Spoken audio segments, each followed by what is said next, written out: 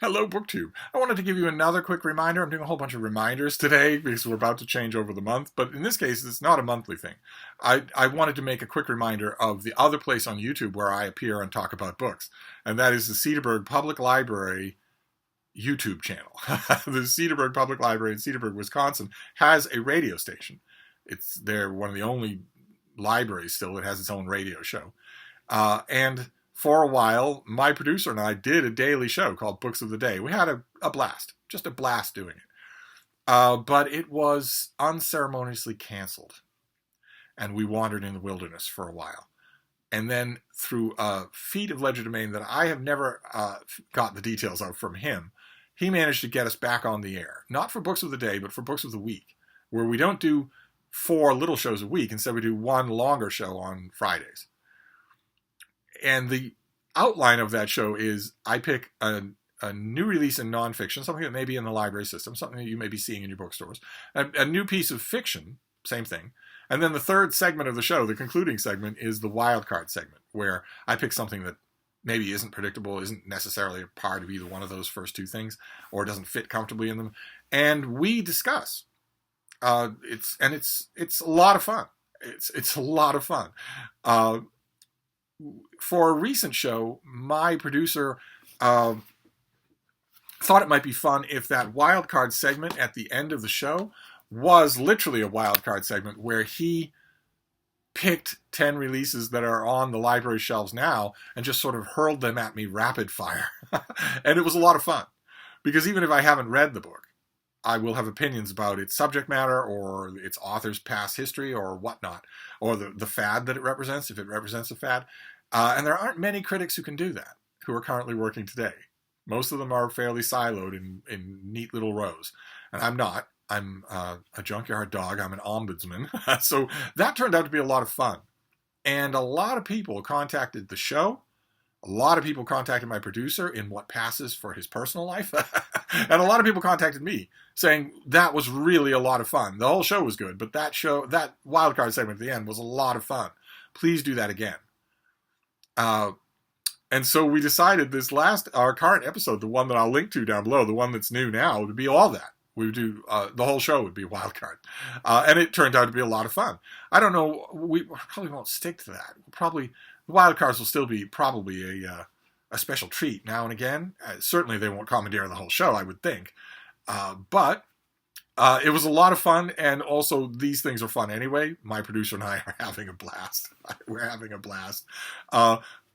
Largely because we just have the chemistry between us to just crack each other up and have fun for a half hour, but also because this show has been embraced by you and by Cedarburg listeners and watchers. The show has been embraced to a point that gives both of us, we're both fairly old professionals at hoofing it from one town to the next, putting your wares out there and watching random chance cancel them. Him when it comes to the broadcasting world, me when it comes to the print newspaper world.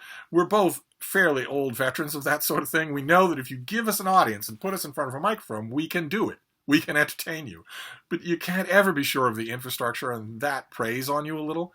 I think one of the reasons the last couple of shows of ours have felt so much freer and therefore so much crazier, so much more sausage humor.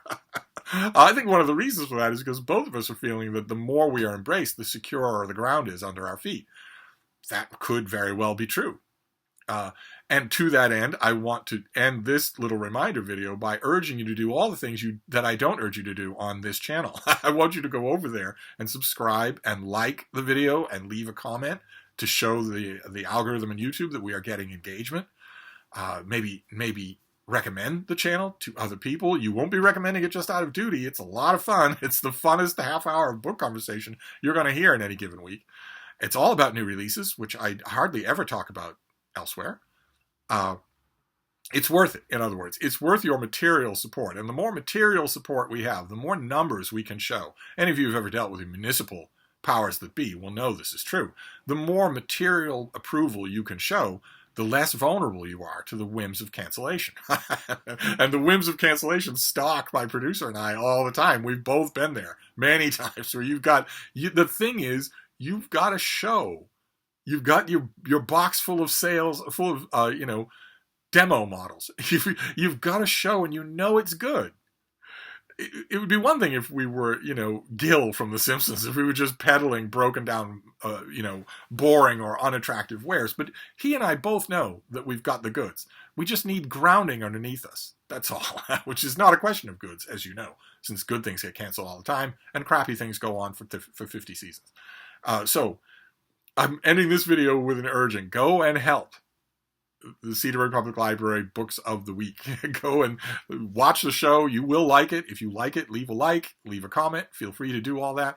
Sooner or later down the line, I'm hoping that we can set up a Patreon or something connected with the channel, grow the channel big enough to get monetized, but also set up a Patreon or GoFundMe or something like that to get money coming in to the Friends of the Library, who are under whose auspices the whole thing is done. The Friends of the Library, if you know anything about your own public library, you'll know that the Friends group is indispensable. They do everything for the library, often on a shoestring budget or no budget at all.